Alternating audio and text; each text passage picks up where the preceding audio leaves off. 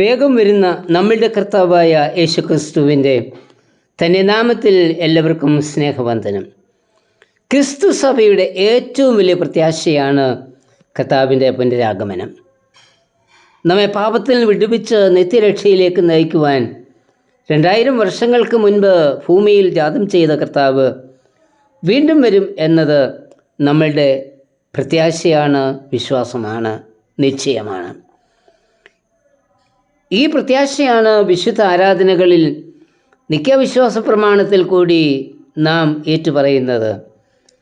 യേശുക്രിസ്തുവിൻ്റെ പുനരാഗമനം സഭ അക്ഷരാർത്ഥത്തിൽ വിശ്വസിക്കുന്നുണ്ടെങ്കിലും പുനരാഗമനം എപ്പോൾ സംഭവിക്കുമെന്ന് നമുക്ക് നിശ്ചയമില്ല. പുനരാഗമന സമയം പിതാവായ ദൈവത്തിനല്ലാതെ മറ്റാർക്കും, സ്വർഗത്തിലെ ദൂതന്മാർക്കും പുത്രനും കൂടെ അറിയില്ല. മത്തായി 24:36. കർത്താവിൻ്റെ വരവിൻ്റെ ഉദ്ദേശം എന്താകുന്നു എന്ന് വ്യക്തമാക്കുന്ന തിരുവചന ഭാഗമാണ് മത്തായി 25:31 മുതലുള്ള വാക്യങ്ങൾ. കർത്താവിൻ്റെ വരവിന് 2 ഉദ്ദേശങ്ങൾ ഉണ്ട് എന്ന് ഈ വാക്യങ്ങളിൽ കൂടി നാം മനസ്സിലാക്കുന്നു.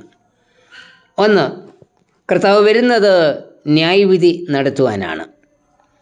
എല്ലാവരെയും സ്നേഹിക്കുവാൻ പഠിപ്പിച്ച കർത്താവ് ന്യായവിധി നടത്തുവാനായി വരുന്നു എന്ന് പറയുന്നത് നമുക്ക് ന്യായീകരിക്കുവാനേ കഴിയുകയില്ല. എന്നാൽ കർത്താവ് ആരെയും ന്യായം വിധിക്കുവാൻ താല്പര്യപ്പെടുന്നില്ല എന്നത് വാസ്തവം. കർത്താവിൻ്റെ ഒന്നാമത്തെ വരവിൻ്റെ ഉദ്ദേശം പാപ അവസ്ഥയിൽ വീണുപോയ മനുഷ്യനെ വീണ്ടെടുക്കുക എന്നതായിരുന്നു. കർത്താവിൻ്റെ ക്രൂശ് മരണത്തിൻ്റെ ലക്ഷ്യവും ഇതുതന്നെയായിരുന്നു. മനുഷ്യനെ ശിക്ഷിക്കുന്നതിന് വേണ്ടിയല്ല നിത്യാഗ്നി ഒരുക്കിയത്. മത്തായി 25:41 പറയുന്നത് നിത്യാഗ്നി ഒരുക്കിയിരിക്കുന്നത് പിശാചിനും അവൻ്റെ ദൂതന്മാർക്കും മാത്രമാണ്. എന്നാൽ രക്ഷിക്കപ്പെടുവാൻ അവസരം ഒരുക്കിയിട്ടും രക്ഷയുടെ അനുഭവത്തിലേക്ക് വരാത്തവർ എല്ലാവരെയും പിശാചിനും അവൻ്റെ ദൂതന്മാർക്കും ഒരുക്കിയിരിക്കുന്ന നിത്യാഗ്നിയിലേക്ക് തള്ളിയിടും. അതായത് രക്ഷിക്കപ്പെടാത്തവരുടെ ന്യായവിധിയാണ് നിത്യാഗ്നിയുടെ അനുഭവം.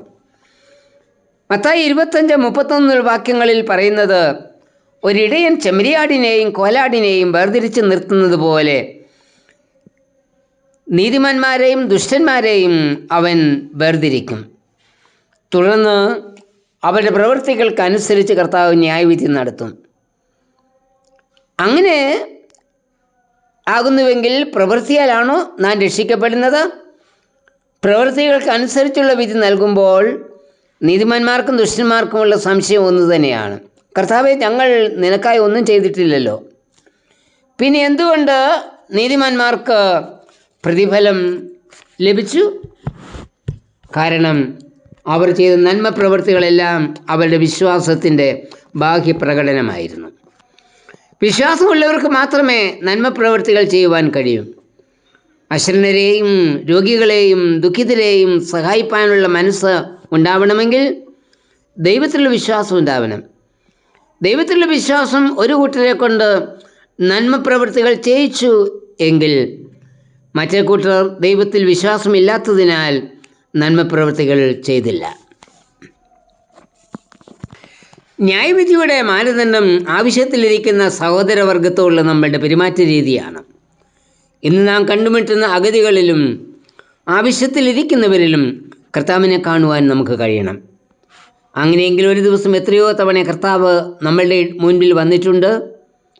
നാം എത്രമാത്രം നല്ലവരായി ജീവിച്ചു എന്നത് മാത്രമല്ല, നമ്മുടെ സഹോദരങ്ങളുടെ നേർക്കുള്ള നമ്മുടെ കരുതൽ എങ്ങനെയായിരുന്നു എന്നതുകൂടിയാ നാം ചെയ്യുന്ന നന്മ പ്രവൃത്തികളെ ഒന്ന് വിലയിരുത്താം. പുനരാഗമന നാളിൽ നമുക്ക് കിട്ടുന്ന പ്രതിഫലം എന്തായിരിക്കും? 2, കർത്താവ് വരുന്നത് രാജ്യം അവകാശമാക്കി തരുന്നതിനാണ്. ഈ ഭാഗത്ത് വലത്തുള്ളവരുടെ കർത്താവ് പറയുന്നത്, അനുഗ്രഹിക്കപ്പെട്ടവരെ വരുവേൻ, ലോകസ്ഥാപനം മുതൽ നിങ്ങൾക്കായി ഒരുക്കിയിരിക്കുന്ന രാജ്യം അവകാശമാക്കിക്കൊള്ളുവേൻ. കർത്താവ് തന്നെ ഒന്നാമത്തെ വരവിൽ ദൈവരാജ്യം ഉദ്ഘാടനം ചെയ്തു.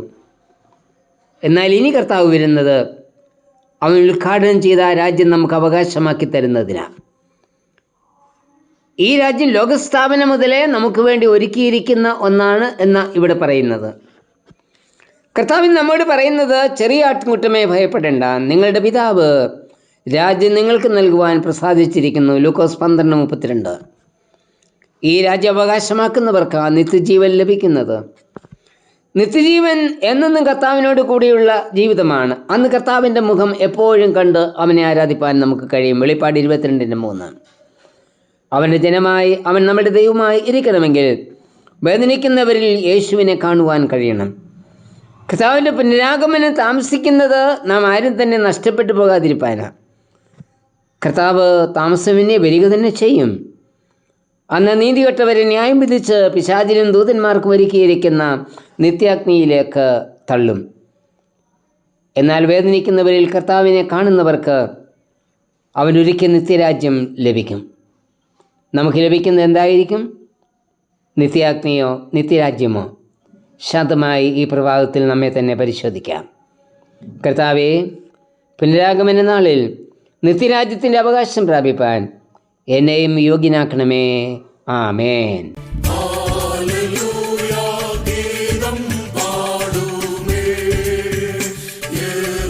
യേശുവേ